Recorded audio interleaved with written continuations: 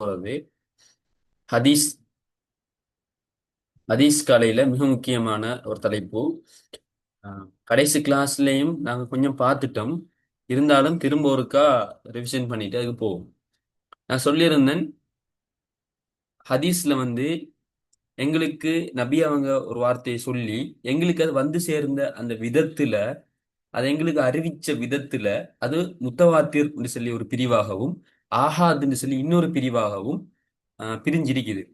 முத்தவாத்திர் அப்படின்னா முத்தவாத்திர் அப்படின்னா கொஞ்சம் இருங்க.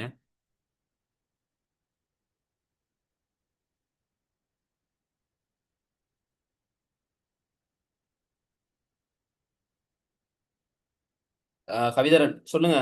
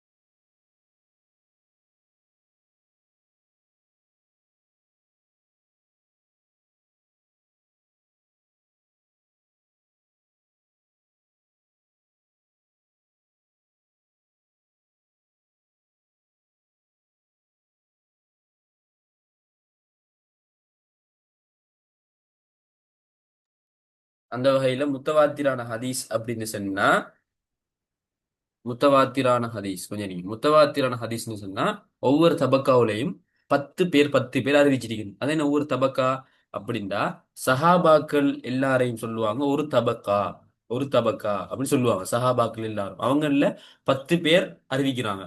அத தாபீன்கள்ல ஒரு 10 பேர் அறிவிக்கிறாங்க. தப தாபீன்கள்ல 10 பேர் அறிவிக்கிறாங்க. இப்படி அறிவிக்கப்பட்ட ஒரு ஹதீஸ்ல வந்தா அது முத்தவாத்திரான ஹதீஸ். இது நாங்க குர்ஆனை நம்புறத போல நம்பணும். குர்ஆனை நம்புறத போல நம்பணும். கண்ணால பாக்குறத போல அந்த ஹதீஸை நம்பணும். அது சுவரான ஹதீஸ். அதுல எந்த வித மாற்று கருத்தும் இல்லை. சரியா? அது ஆம், உதாரணமா சொல்றேன். ரசூல்ல சொன்னாங்க, யார் நான் சொல்லாத ஒரு ஹதீஸ நான் சொன்னேன்னு சொல்றாரோ அவர் தன் தங்குமிடத்தை நரக நெருப்பில் ஆக்கி கொள்ளட்டும் அப்படின்னு சொன்னாங்க. இந்த ஹதீஸ் யாரெல்லாம் கேள்விப்பட்டிருக்கிறீங்க? ஹேண்ட் ரைஸ் பண்ணுங்க. நபி அவங்க சொன்னாங்க, நான் சொல்லாத ஒரு விஷயத்தை நான் சொன்னேன்னு சொல்லி மக்கள்கிட்ட யார் சொல்றாரோ அவர் தன்னை தங்குமிடத்தை நரகத்தில் ஆக்கி கொள்ளட்டும் அப்படின்னு சொன்னாங்க. இந்த ஹதீஸ் யாரெல்லாம் கேள்விப்பட்டிருக்கிறீங்க?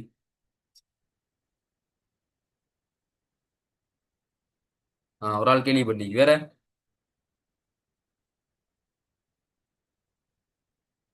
2 பேர் கேள்விப்பட்டிருக்கிறீங்க. சரியா? இந்த ஹதீஸ் ஒரு முத்தவாத்திரான ஹதீஸ். சஹாபாக்கள் 10க்கு மேற்பட்டார்கள் அறிவிச்சிருக்கிறாங்க. தாபீன்களே 10க்கு மேற்பட்டார்கள் அறிவிச்சிருக்கிறாங்க. தபோ தாபீன்களே 10க்கு மேற்பட்டார்கள் அறிவிச்சிருக்கிறாங்க. இப்படி இந்த ஹதீஸ் எங்களுக்கு சேர்ந்திருக்குது. இந்த ஹதீஸை நாங்க சொல்றோம் முத்தவாத்திரான ஹதீஸ். இங்க பாருங்க, முத்தவாத்திர நாங்க பார்த்துட்டோம். அடுத்து ஆஹாதான ஹதீஸ். ஆஹாதான ஹதீஸ்டா முத்தவாத்திர நிபந்தனைக்கு குறைவான ஹதீஸ் எல்லாம் ஆஹாதான ஹதீஸ். அதாவது என்ன? ஒவ்வொரு தபக்கா சஹாபாக்கள 10 பேர், தாபீன்கள 10 பேர் இல்லாம 10க்கு குறை வரைக்கும் அதெல்லாம் ஆஹாதான ஹதீஸ் அப்படின்னு நாங்க படிச்சிருந்தோம். இந்த ஆஹாதான ஹதீஸை நாங்க மூணா பிரிக்கிறோம். ஒன்று மஷ்ஹூர், அடுத்தது அசீஸ், அடுத்தது கரீப்.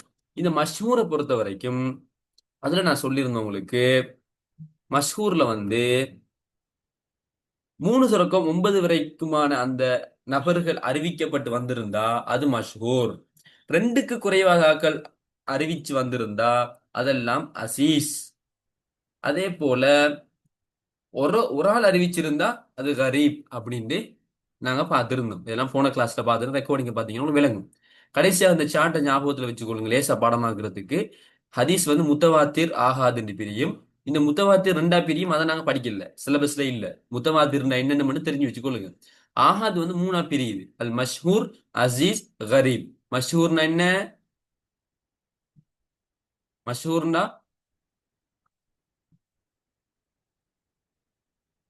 யாருக்கு சொல்லு? எத்தனை நம்பர் தொடங்க எத்தனைக்குள்ள அறிவிப்பாளர்கள் அறிவிச்சிருக்கணும்?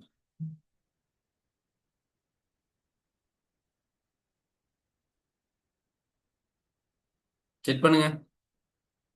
Very good. 3 தடவை 9. அசீஸ்ண்டா?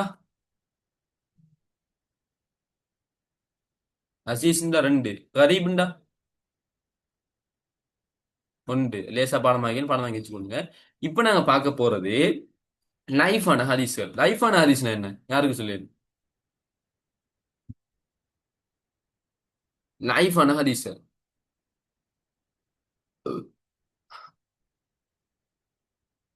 லைஃபான ஹதீஸ்னா என்ன? லைஃபான ஹதீஸ்ண்டா?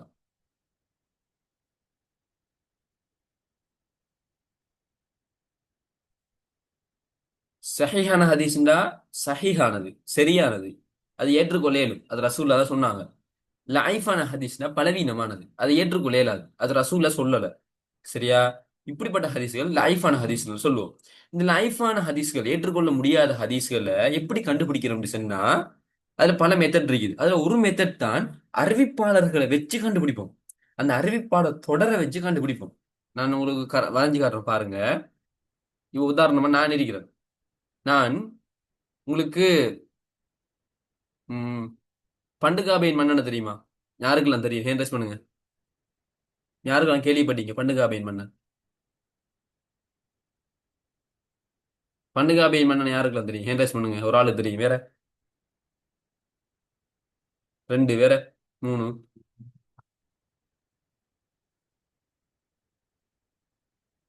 வேற கேள்விப்பட்டிருந்தா சரி. ஓகே, எல்லாருக்கும் தெரிஞ்சிருக்கா அப்ப. பண்டுகாபை மன்னன் எனக்கு சொன்னாரு. எனக்கு சொன்னாரு. நீங்க என்ன? பண்டுகாபை மன்னன் சொன்னாரு. இந்த இந்த கிளாஸ் இருக்கு தானே, எங்களோட கிளாஸ் வந்து என்ன அவர் தான் வைக்க சொன்னாரு. இந்த கிளாஸை உங்களுக்கு இஸ்லாம் பாடம் இந்த 2026 பெஜ்ஜிக்கு 2025 26 பெஜ்ஜி எல்லாம் இஸ்லாமிய நாகரிக பாடம் படிச்சு கொடுக்க சொல்லி எனக்கு பண்டுகாபை மன்னன் சொன்னாரு. இது நான் சொன்னா இது உண்மையா பொய்யா? இது உண்மையா பொய்யா? நான் சொன்னது உண்மையா பொய்யா? பொய். எப்படி கண்டுபிடிச்சீங்க? ஏன் பொய் அது? ஏன்டா, நான் வந்து பண்டுகாவை மன்னன்ட்ட கேட்கறதுக்கு சான்ஸே இல்லை. அவர் எங்க வாழ்ந்தாரு, நான் இப்ப எங்க வாழ்றேன், அதுவும் உங்கள்ட்ட இப்படி படிக்க சொல்லி அவர் சொல்லியிருப்பாரா? சொல்லிக்க மாட்டாரு. அப்ப போயிட்டு டக்குன்னு சொல்லிடுவீங்க. இத மாதிரி அந்த அறிவிப்பாளர் வரிசையை வச்சுதான் நீங்க இப்ப கண்டுபிடிச்சீங்க. ஏன்னா நான் வந்து அவர் சொன்னதை அறிவிக்கிறதுக்கு எந்த சான்ஸும் இல்லை. அவர்ட்ட நான் கேட்கறதுக்கு எந்த சான்ஸும் இல்லை. இப்படி நாங்க என்ன செய்வோம்? ஹதீஸ்லயும் அந்த அறிவிப்பாளர் வரிசையை வச்சு கண்டுபிடிப்போம். இந்த இவர் சொல்லியிருக்கிறாரு, இவர் இவர்கிட்ட கேட்டதா சொல்லியிருக்கிறாரு. ஆனா இவர காலத்துல வாழவும் இல்லை, இவரை பார்க்கவும் இல்லை. அப்ப எப்படி இவர்கிட்ட கேட்டு கேளும்? இப்படின்னு ஹதீஸை வகைப்படுத்துவோம். அந்த வகையில தான் முஅல்லக், முர்சல், முஅதல், முன்கதி அப்படின்னு 4 வகை இருக்குது. அதை நாங்க இப்ப ஒவ்வொன்றா பார்ப்போம். அதை நாங்க ஒவ்வொன்றாக ஒயிட் போர்ட்ல பார்ப்போம்.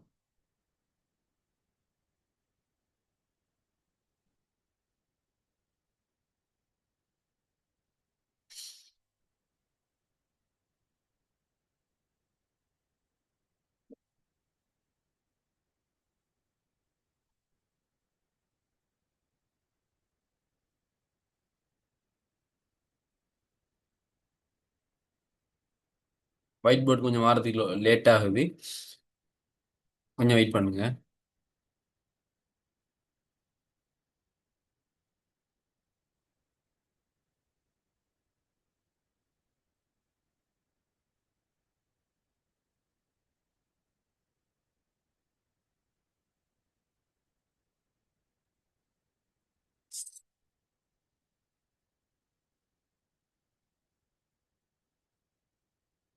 இங்க பாருங்க. இங்க பாருங்க. இது இது ரசூலுல்லாஹ்ட காலம். ரசூலுல்லா இருக்கிறாங்க. இது சஹாபாக்கள்ற காலம். இது தாபீன்கள்ற காலம். இது தப தாபீன்கள்ற காலம். இது இமாம்கள்ற காலம். சரியா? இமாம்கள் வரலாற்றில் நாங்க படிச்சிருக்கிறோம். இமாம்களோட காலத்துல தான் இந்த பிரதானமான புத்தகங்கள்லாம் வந்துச்சு. அதுல ஒரு புத்தகம் சொல்லுங்க பார்ப்போம். இமாம்களோட காலத்துல இருக்கிற ஹதீஸ் எழுதப்பட்ட அடிப்படை நூல்கள்ல மிக முக்கியமான ஒரு நூல் சொல்லுங்க.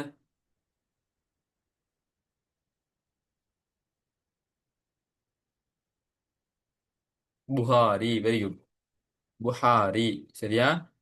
புகாரிங்கிற கிரந்தம் தான் இமாம்களோட காலத்துல இருக்கிற குர்ஆனுக்கு அடுத்த தரத்துல நாங்க நம்புற ஒரு ஹதீஸ் புத்தகம். சரியா? இந்த புகாரி இமாம் ஹதீஸை எழுதுறாரு. எழுதுறண்டா இவர் யார்கிட்ட இருந்து கேட்பாருண்டா, இவருக்கு ஒரு தப தாபீன் என்ன செய்வாங்கண்டா இந்த ஹதீஸை சொல்லுவாங்க. ஒரு தப தாபீன் இந்த ஹதீஸ் என்ன செய்வாங்க சொல்லுவாங்க. இந்த ஹதீஸை சொல்லுவாங்க. இந்த தப தாபீனுக்கு இதை யார் சொல்லுவாங்கண்டா, ஒரு தாபீன் சொல்லுவாரு. ஒரு தாபீன் இந்த ஹதீஸை சொல்லுவாரு. இந்த தாபீனுக்கு இதை யார் சொல்லுவாங்கண்டா, ஒரு சஹாபி இந்த ஹதீஸை சொல்லுவாங்க. ஒரு சஹாபி இந்த ஹதீஸை சொல்லுவாங்க. சஹாபிக்கு இந்த ஹதீஸை யாரு சொல்லுவாங்கடா, நபி ஸல்லல்லாஹு அலைஹி வஸல்லம் அவங்க சொல்லுவாங்க. இதுதான் இந்த சங்கிலி தொடர். இதுல இந்த தாபீட்ட இருந்து தப தாபீன் கேட்டு, இப்ப உதாரணமா புகாரி இமாம் சந்திச்சு ஹதீஸை சொல்றவர் எப்படி சொல்லுவாருன்னா, இந்த ஹதீஸை எனக்கு தாபீன் சொன்னாரு. தாபீனுக்கு தப தாபி யாரு சஹாபி சொன்னாராம்.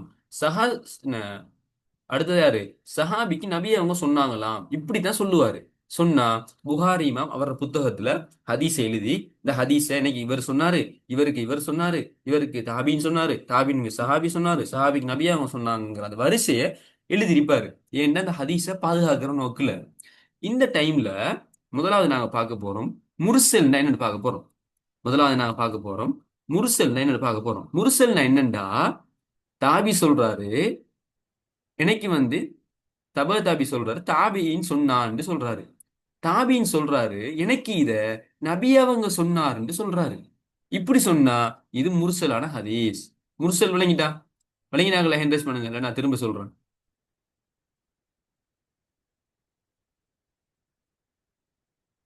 நான் போன கிளாஸ்லயும் விளங்கினாங்க சொல்லுங்க, இல்லாட்டி திரும்ப சொல்றேன்.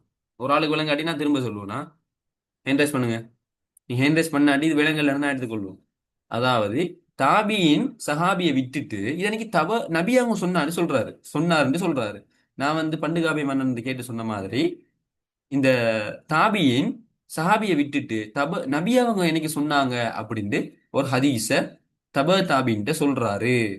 இதுதான் முர்சலான ஹதீஸ். யாருக்கெல்லாம் விளங்கி ஹேண்ட் பண்ணுங்க. ஒரு ஆள் ஹேண்ட் பண்ணாடி நான் விலங்கல் நினைச்சிட்டு திரும்ப சொல்லுவேன். ஒரு ஆள் ஓகே, 2 பேர் ஓகே, 3 பேர் ஓகே. வேற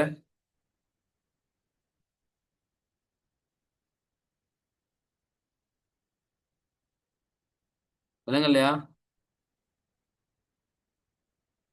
இன்னும் ஒரு ஆளுக்கு ஹேண்ட் பண்ணல. திரும்ப சொல்லவா? அவங்களுக்கும் விளங்கிட்டு. ஓகே, ஹேண்ட் விடுங்க. அப்ப இதான் முர்சலான ஹதீஸ். முர்சலான ஹதீஸ்னு சொன்னா தாபீன் என்ன தாபீன் தாபீன் இருந்து கேட்டாரு. தாபீன் நபி அவங்கள்ட்ட இருந்து கேட்டேன் அப்படின்னு ஹதீஸ் அறிவிக்கிறாங்க. இடையில சஹாபிய விட்டுட்டாங்க. சஹாபிட்ட கேட்கல. எப்படி சஹாபிட்ட கேட்காம நேரடியா நபி அவங்கள்ட்ட கேட்டாங்க? அப்படி நபி அவங்கள்ட்ட கேட்டிருந்தாங்கன்னு சொன்னா இவங்களை சஹாபின்னு சொல்லியிருப்போமே. அப்ப எப்படி சஹாபிட்ட கேட்காம நபி அவங்கள்ட்ட கேட்டாங்க? எனவே இந்த ஹதீஸை நாங்க ஏற்றுக்கொள்ள மாட்டோம். இதுக்கு பேர் என்ன? முர்சலான ஹதீஸ். சரியா? இரண்டாவது முஅல்லக்கான, அதாவது இரண்டாவது நாங்க எதை பார்ப்போம் அப்படின்னா, இரண்டாவது கொஞ்சம் இருங்க. இதுல இரண்டாவது நாங்க பார்க்க போறது முஅல்லக்கான ஹதீஸ இப்ப பார்க்க தேவையில்ல. முஅல்லக்கான ஹதீஸ பார்ப்போம். முஅல்லக்கான ஹதீஸ பார்ப்போம். முஅல்லக்னா என்னண்டா, நல்லா கவனிச்சு கொள்ளுங்க. இறுதி ஆள் விடுபட்டிருப்பாரு. இது சஹாபி விடுபடுற ஹதீஸ். ஆரம்பத்துல விடுபட்டிருக்கிறாரு. இறுதியில ஒரு ஆள் விடுபட்டா அது நாங்க சொல்லுவோம். அதை நாங்க சொல்லுவோம் என்ன? முல்லக்கான ஹதீஸ். உதாரணமா புகாரி இமாம் சொல்றாரு, என்ன எனக்கு இத தாபின்னு சொன்னாரு, அல்லது எனக்கு இத சஹாபி சொன்னாரு. இப்படி கடைசியில வார ஒரு ஆளையோ இல்ல அதுக்கு மேல உள்ள ஆட்களையோ விட்டா அது முல்லக்கான ஹதீஸ். அது முஅல்லக்கான ஹதீஸ். அது முஅல்லக்கான ஹதீஸ். இது வழங்கிட்டா என்ன அப்படின்னா, புகாரி இமாம் சொல்றாரு, எனக்கு இந்த ஹதீஸ சொன்னது யாரு தெரியுமா? தாபியின் அப்படி சொல்றாரு. இடையில யாரை விட்டுட்டாரு? தபா தாபின்னு விட்டுட்டாரு. அப்ப இந்த சங்கிலி தொடர்ல கடைசியா வந்தது யாரு? தபா தாபி. அப்ப கடைசியான ஆளை விட்டாலோ அல்லது அதுக்கு அதிகமான கடைசியில ரெண்டு மூணு விடுபட்டா அதுக்கு முல்லக்கான ஹதீஸ் சொல்லுவோம். அரபுல அல்லக்க அப்படின்னா கொழுவினான்னு அர்த்தம். அல்லக்குன்னா கொழுவப்பட்டது. அதாவது நீங்க ஒரு லைட் எடுத்து கொழுவி வச்சீங்கன்னா அந்த லைட் தொங்கும், தொங்கிட்டு இருக்கும். நிலத்துல படாது, தொங்கிட்டு இருக்கும். அதே போல இந்த அறிவிப்பாளர் வரிசையை எடுத்து பாத்தீங்கன்னா இது தொங்கிட்டு இருக்கும். சரியா? யாராவது புகாரி இமாமுக்கு சொன்ன ஆள் யாருன்னு இல்ல. அதாவது இவர் நேரடியா நான் நபி அவங்கள்ட்ட இருந்து கேட்டேன் அல்லது சஹாபிட்ட இருந்து கேட்டேன் அப்படின்னு சொல்றாரு. இடையில கடைசியா வாராக்கள் யாருன்னு சொல்லல. இதை நாங்க சொல்லுவோம் முஅல்லக்கான ஹதீஸ். இது விளங்கிட்டா? திரும்ப சொல்லவா?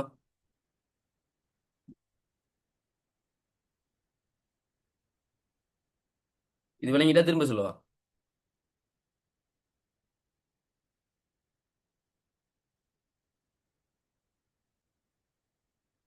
புகாரி இமாம்ல இருந்து தாபீன். புகாரி இமாம் ஹதீஸ் எழுதும்போது எனக்கு இத தாபீன் சொன்னாரு. தாபீனுக்கு அதாவது தப தாபீன் சொன்னாரு. தப தாபீனுக்கு தாபீன் சொன்னாரு.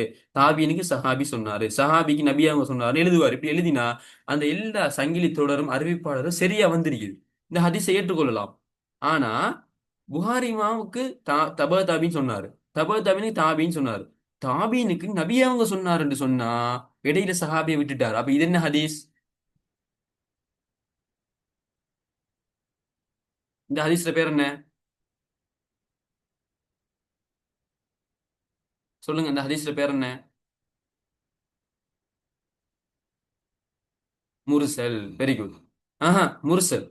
இந்த ஹதீஸுக்கு பேர் முர்சல். முர்சல் அப்படின்னா சஹாபி விடுபடுறது. அறிவிப்பாளர் தொடர்ல சஹாபி விடுபட்டா அதுக்கு பேர் முர்சல். சரியா? முர்சல். முல்லக்குன்னா என்னண்டா இறுதியில வாரால் விடுபடுறது. அது தாபின்னு அறிக்கலாம், அது தப தாபி கடைசியில முடிக்கிறார்கள். அந்த புத்தகத்துல எழுதுறதுக்கு முதல்ல அவர் ஒரு ஆள் கேட்டிப்பாரு தானே, அந்த ஆள் மிஸ் ஆகுறது. தப தாபின்னு அறிக்கையிலும் அல்ல தாபின்னு அறிக்கையிலும் அல்ல சஹாபி அந்த கடைசியில வாராக்கள் மிஸ் ஆகினா ஃபெஸ்ட் துண்டு இருக்குது. நபி அவங்க சொன்னாங்கன்னு இருக்குது, சஹாபி சொன்னார்னு இருக்குது. ஆனா அதுக்கப்புறம் வந்தாங்களே இங்க கடைசியா வந்தாங்கள காணல, கடைசியா வந்து யாரையுமே காணல. இதெல்லாம் நான் பேசுறது விட்டு விட்டு கேக்குது என்ன. ஒரு வீடியோ கட் பண்ணுவோம். ஆஹ் இப்ப கிளியரா கேக்குதா? வீடியோ கட் பண்ணிட்டேன். இப்ப நான் பேசுறது கிளியரா விளங்குதா? இப்ப நான் பேசுறது கிளியரா விளங்குதா? ஓகே. பாருங்க. அப்ப முஅல்லக்னு சொன்னா உங்களுக்கு விளங்கிருக்கும்னு நினைக்கிறேன். அதாவது கடைசியில வாராக்கள் விடுபடுறது. இது ஒரு அறிவிப்பாளர் தொடர்ல கடைசியில வாராக்கள் விடுபட்டா அதுக்கு பேர் முஅல்லக். அதே போல மூன்றாவது என்னண்டா முஅதல். முஅதலான ஹதீஸ்ண்டா இந்த அறிவிப்பாளர் தொடர்ல நடுவுல விடுபடுறது. நடுவுல ஒரு ஆளோ அல்லது அதற்கு மேற்பட்ட ஆகளோ விடுபட்டா அதுக்கு பேர் முஅதல். கடைசியாக முன்கத்தியா. முன்கத்தி என்று சொன்னா இந்த தொடர்ல எங்கேயாவது ஒரு ஆள் விடுபட்டா அதுக்கு முன்கத்திய என்று சொல்லுவோம். எங்கேயாவது பெஸ்ட்டுக்கோ கடைசிலையோ நடுவுலையோ ஒரு ஆள் விடுபட்டா அதுக்கு முன்கத்திய என்று சொல்லுவோம். நான் திரும்ப சொல்றேன் பாருங்க. அறிவிப்பாளர் தொடர் அப்படின்னா அறிவிப்பாளர் தொடர்ந்து சொன்னா நாளைக்கு உங்களுக்கு திங்கட்கிழமை எக்ஸாம் இல்ல, நாளைக்கு செவ்வாய்க்கிழமை எக்ஸாம் இல்ல அப்படின்னா உங்களுக்கு இதை யாரு சொன்ன? உங்களோட ஃப்ரெண்டு சொன்ன. ஃப்ரெண்டுக்கு யாரு சொன்ன? மோனிட்டர் சொன்ன. மோனிட்டருக்கு யாரு சொன்ன? ஸ்கூல் டீச்சர் சொன்ன. ஸ்கூல் டீச்சருக்கு யாரு சொன்ன? பிரின்சிபல் சொன்ன. இந்த தொடர் இருக்கு தானே, இதுதான் அறிவிப்பாளர் தொடர் சொல்லுவோம். நான் ஏற்கனவே சொல்லியிருந்தேன். இந்த போட்டியெல்லாம் நடத்துவாங்க, லைன்ல நிக்க வச்சுட்டு ஃபர்ஸ்ட் கிட்ட ஒரு ஆள்கிட்ட ஒரு செய்தியை சொல்லுவாங்க, அது அடுத்த ஆள் சொல்லுவாரு, அப்படி அடுத்து மாறி மாறி கடைசியில சொல்லும்போது செய்தி மாறி வரும். சரியா? ஆஹ் இதை நாங்க என்னன்னு சொல்லுவோம்? இதை நாங்க அந்த கேம் வந்து விளையாடுவோம். அதே போல இதான் அறிவிப்பாளர் தொடர். அறிவிப்பாளர் தொடர். இந்த அறிவிப்பாளர் தொடர்ல சஹாபி விடுபட்டிருந்தா, சஹாபி அந்த ஸ்கூல் டீச்சர் விடுபடுற மாதிரி சஹாபி விடுபட்டிருந்தா அதுக்கு பேர் முர்சல். இறுதியில உள்ளவங்க விடுபட்டிருந்தா அதுக்கு பேர் என்ன? முஅல்லக். நடுவுல விடுபட்டிருந்தா அதுக்கு பேர் முஅதல். எங்கேயாவது ஒரு இடத்தை விடுபட்டிருந்தா அதுக்கு பேர் என்ன? முன்கத்திய. இதை நீங்க பாடமாக்கி வச்சிருந்தா போதும். நீங்க ஹதீஸ் கலையெல்லாம் படிக்க போறார்கள் இல்லையே, நீங்க இதை சும்மா எக்ஸாம் எழுதுறதுக்காகவும் ஹதீஸ் இப்படியெல்லாம் பாதுகாக்கப்பட்டு வந்திருக்குது, இப்படிலாம் ரிசர்ச் பண்ணியலுங்கிறத தெரிஞ்சு கொள்றதுக்காகவும் இதை பாடமாக்கி வச்சுக்கொள்ளுங்க. சரியா? இப்ப நான் உங்களுக்கு கேட்கிறேன், யாருக்கு சொல்லேன்னு பார்ப்போம். சரியா? மைக் ஒன் பண்ணி சொல்லேன். முர்சல்னா என்ன? நோமலா சொல்லுங்க. சஹாபி விடுபட்டிருந்தா முர்சல். முல்லக்குன்னா என்னன்னு கேட்டா, இறுதியில யாரும் விடுபட்டிருந்தா, அறிவிப்பாளர் தொடர்ல இறுதியில ஒரு ஆள் அதுக்கு மேற்பட்டாக விடுபட்டிருந்தா அது வந்து முல்லக். அதே முஅத்தல்னா என்னன்னா, அறிவிப்பாளர் தொடர்ல நடுவில் ஒரு ஆளோ அதுக்கு மேற்பட்டாக விடுபட்டிருந்தா அது வந்து முஅத்தல். முன்கத்தின்னா எங்கேயாவது ஒரு இடத்துல ஒரு ஆள் விடுபட்டிருந்தா அது முன்கத்தி இப்படின்னு சொல்லுவோம். இது லேசா பாடமாக்கணும். முதலாவது முருசல்னா ஆரம்பத்துல, அதாவது சஹாபி. அடுத்தது முல்லக்குன்னா இறுதியில. சரியா? முஅத்தல்னா நடுவுல. முன்கத்தினா எங்கேயாவது ஒரு இடத்துல. லேசா பாடமாக்கிறேன். இத சொல்லுங்க பாப்போம். ஆஹ் முர்சல்னா என்ன?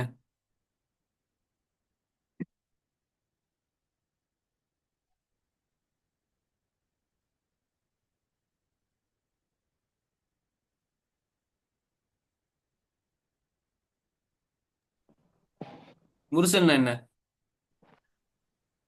அறிவிப்பாளர் வரிசையில் முதலாவது விடுவார். முதலாவது. அதை நீங்க சஹாபி விடுபடுறேன்னு சொன்னா இன்னும் பொருத்தமா இல்லை. சரி, முன்கத்தி என்ன என்ன? இல்ல சாரியா. ரெண்டாவது முஅல்லக்னா என்ன?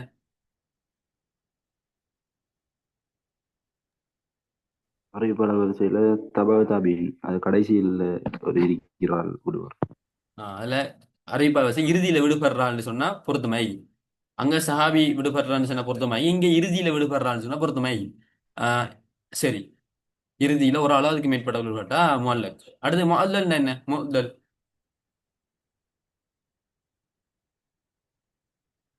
முஅத்தல்னா என்ன? சார் முஅல்லக் சொல்றது அந்த அறிவிப்பாளர் வரிசையில கடைசியில அந்த விடுபட்ட அறிவிப்பாளர்களா? ஓ பாருங்க, இங்க பாருங்க, நோட்ஸ்ல பாருங்க. முஅல்லக்னு சொன்ன அறிவிப்பாளர் வரிசையில் இறுதியில் ஒருவர் விடுபட்டிருந்தால் அந்த வகை செய்திகள் முஅல்லக் என்று சொல்லப்படும். பாக்குறீங்களா அந்த பிரசன்டேஷன்ல? விளங்குதா? ஓ சார், விளங்குது. கடைசியில விடுபட்டிருந்தா அது முஅல்லக்னு சொல்லுவோம். அதே போல அடுத்தது பாருங்க, முர்சல்னு சொன்னா, முர்சல்னு சொன்னா அறிவிப்பாளர் வரிசையில் ஆரம்பத்தில் ஒருவர் விடுபட்டிருந்தால் அந்த வகை செய்தி முர்சல் எனப்படும், அதாவது சஹாபி. இங்க இங்க இறுதியில், அங்க ஆரம்பத்தில், இங்க இறுதியில் முஅல்லக். நடுவில் விடுபட்டிருந்தால் முஅத்தல். பாருங்க, அறிவிப்பா ஒன்றுக்கு மேற்பட்ட அறிவிப்பாளர் தொடர்ச்சியாக விடுபட்டிருந்தால் அந்த செய்தி முஅத்தல் எனப்படும். அதாவது நடுவுல ஒன்றுக்கு மேற்பட்டாக நடுவுல இருக்க மாட்டாங்க அப்படின்னா அது முஅத்தல் என்று சொல்லுவோம். அதே போல முன்கதி என்றா ஏதாவது ஒரு இடத்துல ஒரு ஆள் விடுபட்டிருந்தா அது முன்கதி என்று சொல்லுவோம். இது நானும் விளங்கிட்டா? சார், சொல்லுங்க. கைட்ல மோலக் அப்படின்னு சொல்றது ஒரு இன்சான்டின் ஆரம்பத்தில் ஒன்று அல்லது அதுக்கு மேற்பட்ட அறிவிப்பாளர்கள் விடுபடுதல் அப்படின்னு இருக்குது. அதான் கைட்ல என்ன பிரச்சனைன்னு சொன்னா, இப்ப நான் என்ன சொல்றது ஒரு ஹதீஸ் கலை ஒரு அறிஞர் முஃபாரிஸ் ரஷாதி, உங்களுக்கு தெரியுமா? முஃபாரிஸ் ரஷாதி, ஒரு பயானெல்லாம் கொஞ்சம் ஃபேமஸ் ஆக போகும், தெரியுமா அவரை?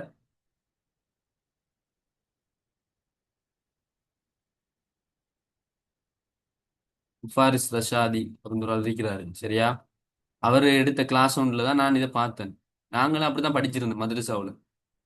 அதன்படி தான் சொல்றேன். கைட்ல என்ன பிரச்சனைண்டா, இன்னைக்கு நான் கைட்டை காட்டுறேன்.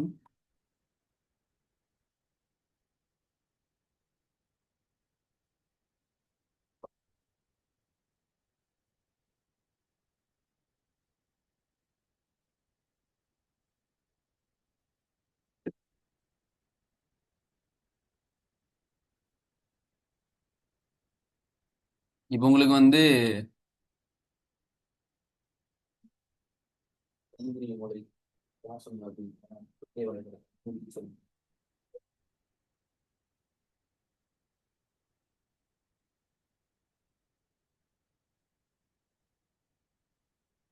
கைட் விளங்குதா?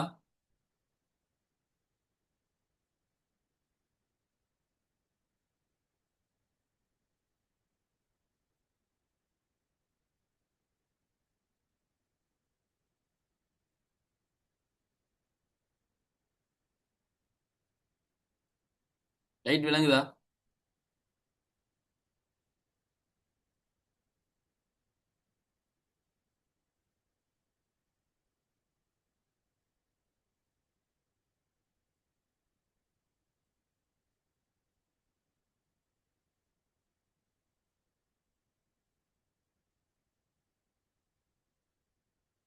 கைட்ல இங்க பாருங்க, கைட் விளங்குதா கொஞ்சம் சொல்லுங்க.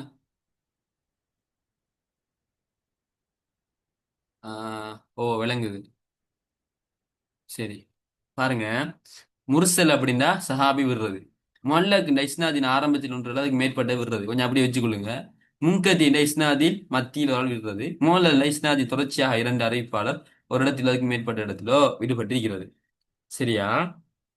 இதுல ஆரம்பத்தில் இவங்க சொல்றாங்க, இஸ்னாதின் ஆரம்பத்தில் ஒன்று அல்லது அதற்கு மேற்பட்டவங்க விடுபடுறது. இஸ்னாதின் ஆரம்பத்தில் தான் ஒரு முதலாவது முர்சல் என்னையாம் ஹதீஸின் தொடர் சஹாபியை விட்டு விட்டு ஒரு தாபி நேரடியாக சொல்றது. அவ சஹாபி விடுபடுறதுண்டா, சஹாபி இஸ்னாதுல எங்க இருக்கிறாரு? ஆரம்பத்துல இறுதிலையா? சொல்லுங்க. ஒரு சஹாபி ஒரு அறிவிப்பாளர் வரிசையில ஆரம்பத்தில் இருக்கிறாரா இறுதியில் இருக்கிறாரா?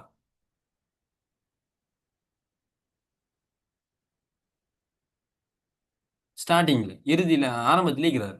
அவ ரெண்டாவது என்ன வருது? ஆரம்பத்தில் வருது. அப்ப என்னது? எனவே இவங்க, நான் நினைக்கிறேன் இவங்க சொல்ல வர்றது என்னண்டா, மொல்லக் அப்படின்டா இவங்க சொல்ல வராங்க, அந்த ஆரம்பம்ங்கிறது எதுல இருந்து முடிவு செய்யற, அதாவது அந்த இஸ்னாத் அந்த அறிவிப்பாளர் வரிசையில ஆரம்பம்னு சொல்றது சஹாபில இருந்து ஆரம்பிக்கிறதையா, இல்லாட்டி இங்க இருந்து கீழ இருந்து மேலுக்கு போறதா ஆரம்பம்னு சொல்றாங்களான்னு தெரியல. சரியா? நான் நினைக்கிறேன் இவங்க இந்த இடத்துல ஆரம்பம்னு சொல்றது கீழ இருந்து தான் இவங்க ஆரம்பம்னு சொல்றாங்க. அந்த தாபீன் தாபீன் சஹாபி இப்படி போறதான் ஸ்டார்ட்னு சொல்றாங்க. அதனாலதான் இப்படி சொல்லியிருக்கிறாங்க. எனவே இந்த நோட்ஸ்ல அவன் பார்த்த பார்வை அப்படி. இறுதியில் எழுதினாலும் அது உங்களுக்கு சரி. ஆனா நீங்க கைட்ல இருக்கிற மாதிரி எழுத விரும்பினா நீங்க ஆரம்பத்தில் எழுதுங்க.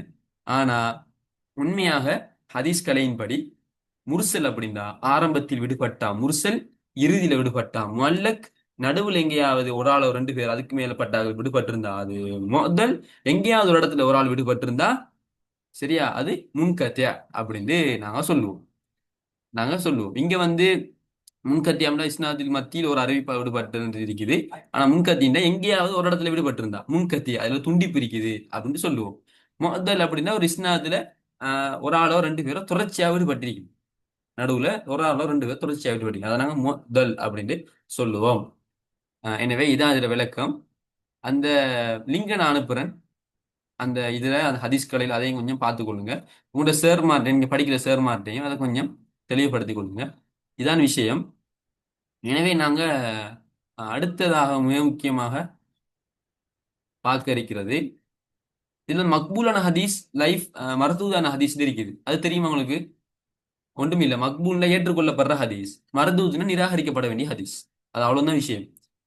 மக்பூல்னா ஏற்றுக்கொள்ளப்பட வேண்டிய ஹதீஸ், மர்தூத்னா நிராகரிக்கப்பட வேண்டிய ஹதீஸ். சரி, இந்த வகையில இதுல ஆஹாதான ஹதீஸ்கள் பார்த்துட்டோம். இது வந்து அவர் படிச்சு கொடுக்குற வீடியோ தான், நான் அதை ஸ்கிரீன்ஷாட் அடிச்சு தான் உங்களுக்கு காட்டுறேன். அதுல தான் அப்படிலாம் சொல்றாரு. சரி, முர்சல், முஅதல், முஅதல், அடுத்த முன்கத்யா, ஏதாவது ஒரு இடத்தில் ஒருவர் விடுபட்டிருந்தால் முன்கத்யா.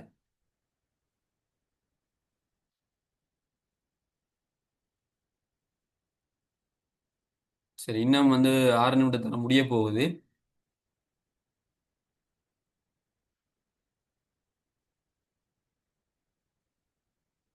சரி, இப்ப நாங்க அடுத்ததாக பார்க்க போற ஒரு தலைப்பு தான் மிக முக்கியமான தலைப்பு. அஸ்ஸஹீஹ்னா என்ன, லஐஃப்னா என்னன்னு பார்க்க போறோம். மக்பூலான ஹதீஸ்னா ஏற்றுக்கொள்ளப்படுற ஹதீஸ், அதெல்லாம் நாங்க ஏற்றுக்கொள்ளேலும்.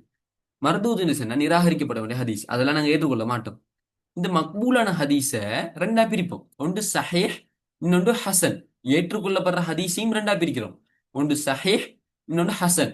சஹீஹான ஹதீஸ்னு ஒன்று இருக்குது, ஹசனான ஹதீஸ்னு ஒன்று இருக்குது. நீங்க பயான் கேட்டது உங்களுக்கு விளங்கிருக்கும். அதுல சொல்லுவாங்க இந்த ஹதீஸ் வந்து ஹசனான ஹதீஸ்னு சொல்லுவாங்க, அல்லது இந்த ஹதீஸ் சஹீஹான ஹதீஸ்னு சொல்லுவாங்க. எனவே நீங்க இஸ்லாம் பாடம் படிக்கிற இஸ்லாமிய நாகரிகம் படிக்கிற வகையில அதிலும் சுன்னாவை பத்தி படிக்கிற வகையில சஹீஹான ஹதீஸ்னா என்ன ஹசனான ஹதீஸ்னா என்னன்னு தெரிஞ்சிருக்கணும். ரெண்டுக்கும் இடையில சின்ன வேறுபாடு இருக்குது. அதை நாங்க இப்ப பார்ப்போம். இது இருக்கிறத நான் இப்ப வாசிக்கிறேன். ஆஹாதான ஹதீஸின் வகையில் தரத்திலும் பலத்திலும் நம்பிக்கையிலும் கூடிய ஹதீஸ் சஹீஹான ஹதீஸ் ஆகும். என்னையா? தரத்திலும் பலத்திலும் நம்பகத்தன்மையிலும் நல்ல தரமான ஹதீஸை நாங்க சஹீஹான ஹதீஸ் சொல்லுவோம். அதாவது நீதியும் நேர்மையும் உண்மையும் உள்ள மனன சக்தி அல்லது எழுத்தாற்றல் உள்ள அறிவிப்பாளர்களினால் ஆரம்பம் முதல் இறுதி வரை அறிவிப்பாளர் தொடர்பு படாமல் அறிவிக்கப்பட்ட ஆதாரபூர்வமான ஹதீஸ்களுக்கு முரணில்லாத வகையில் அமைந்த ஹதீஸின் கருத்து குறை காணப்படும் விதத்தில் அமையாத ஹதீஸை இது குறிக்கும். இந்த வரைவிலக்கணம் இருக்குதானே, இது மிக மிக மிக முக்கியமான வரைவிலக்கணம். இதுக்குள்ள நிறைய விஷயங்கள் இருக்குது. சின்னதா விளங்கினாலும் இந்த வரைவிலக்கணத்துக்குள்ள நிறைய விஷயங்கள் இருக்குது. இதை நாங்க ஒவ்வொன்றா பார்க்கணும். இப்ப நாங்க சொல்றோம் தானே, பாருங்க நான் ஒவ்வொன்றா விளங்கப்படுத்துறேன்.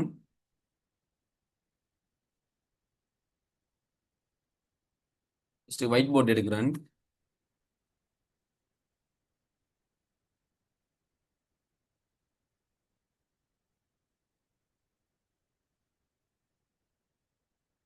இது நபி அவங்க, இது சஹாபாக்கள், இது தாபியின், இது தப தாபியின், இது இமாம்கள். இந்த காலத்துலதான் புத்தகத்துல ஹதீஸ் எல்லாம் எழுதுறாங்க, தொகுக்குறாங்க. இப்ப அந்த புத்தகம் எங்கள்கிட்ட இருக்கு, நாங்க அதை பார்க்கிறோம். நாங்க என்ன செய்யறோம்? இது நாங்க நாங்க அந்த புத்தகத்துல இருந்தே அதை பார்க்கிறோம். இந்த இதுல இது தப தாபீன்கள், இது யாருண்டா தாபீன்கள், இது சஹாபாக்கள், அடுத்து நபி அவங்க. இது சஹாபி, இது தாபீன், இது தப தாபீன், இது நபி அவங்க. இந்த இதான் அறிவிப்பாளர் வரிசை. நபி அவங்க சஹாபாக்கள்கிட்ட சொன்னாங்க, சஹாபாக்கள் தாபீன்கள்ட்ட சொன்னாங்க, தாபீன்கள் தப தாபீன்கள் சொன்னாங்க, தப தாபீன்கள் இமாம்கள்ட்ட சொன்னாங்க, இமாம்கள் அதை புத்தகத்துல எழுதியிருக்கிறாங்க. இப்படிதான் எங்களுக்கு ஹதீஸ் வந்திருக்குது. இந்த ஹதீஸ்ல நல்லா கவனிங்க. இந்த ஹதீஸ்ல இது சஹீஹான ஹதீஸ் நாங்க சொல்லணும் அப்படின்னா இது சஹீஹான ஹதீஸ். சரியா?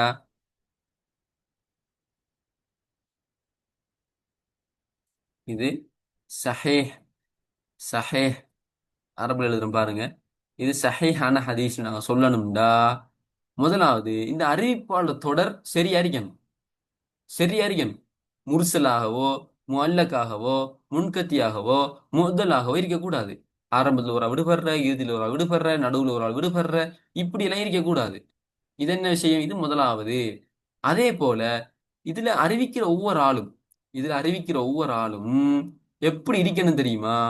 நீதியான ஆட்களாகவும் நேர்மையான ஆட்களாகவும் புத்தி நல்ல கிளியரான ஆட்களாகவும் மனன சக்தி உள்ள ஆட்களாகவும், சரியா, பெரும்பாவம் செய்யாத ஆட்களாகவும் சிறும்பாவத்தையும் தொடர்ந்து செய்யாத ஆட்களாகவும், சரியா, அப்படி தரம் அறிக்கணும். அப்படி எல்லாரும் இருந்தா தான் அந்த ஹதீஸ் நாங்க சஹீஹான ஹதீஸ்னு சொல்லுவோம். சரியா? எல்லாரும் இருக்கிறாங்க, அறிவிப்பாளர் வரிசையில் எல்லாரும் இருக்கிறாங்க. ஆனா இதுல வார ஒரு ஆளுக்கு, தாபீன்ல வார ஒரு ஆளுக்கு மனன சக்தி இல்ல, மனன சக்தி இல்லைன்னு இருக்குது. இது எங்க நாங்க தெரிஞ்சு கொள்வோம்? ஏற்கனவே படிச்சோம். ஆஹ் என்ன, அதாவது இந்த அறிவிப்பாளர் வரலாறு எல்லாம் இருக்கிறது நாங்க படிச்சிருந்தோம். அஸ்மாவுல் என்ன சொல்லுங்க பாப்போம். அஸ்மாவுல் ரிஜால்னு படிச்சோம். அதுல அவங்க புத்தகங்கள் இருக்கும். அதுல அதுல இந்த ஆளை பார்ப்போம். இவருக்கு என்ன, இவரை பத்தி வரலாறை பார்ப்போம். அதுல இவர் பிழையான ஆள் இருந்துச்சுண்டா இந்த ஹதீஸை ஏற்றுக்கொள்ள மாட்டோம். எனவே இவங்க எல்லாரும் தரமான ஆட்களாகவும் இருக்கணும். அதே போல தரமான ஆட்களாகவும் இருக்கணும். அதே போல இந்த சங்கிலி தொடரும் என்ன அருந்து படாம தொடர்ச்சியாக இருக்கணும். அதான் இந்த வரைவிலக்கணம் சொல்லுது. பாருங்க, வரைவிலக்கணத்தை காட்டுறோம் பாருங்க.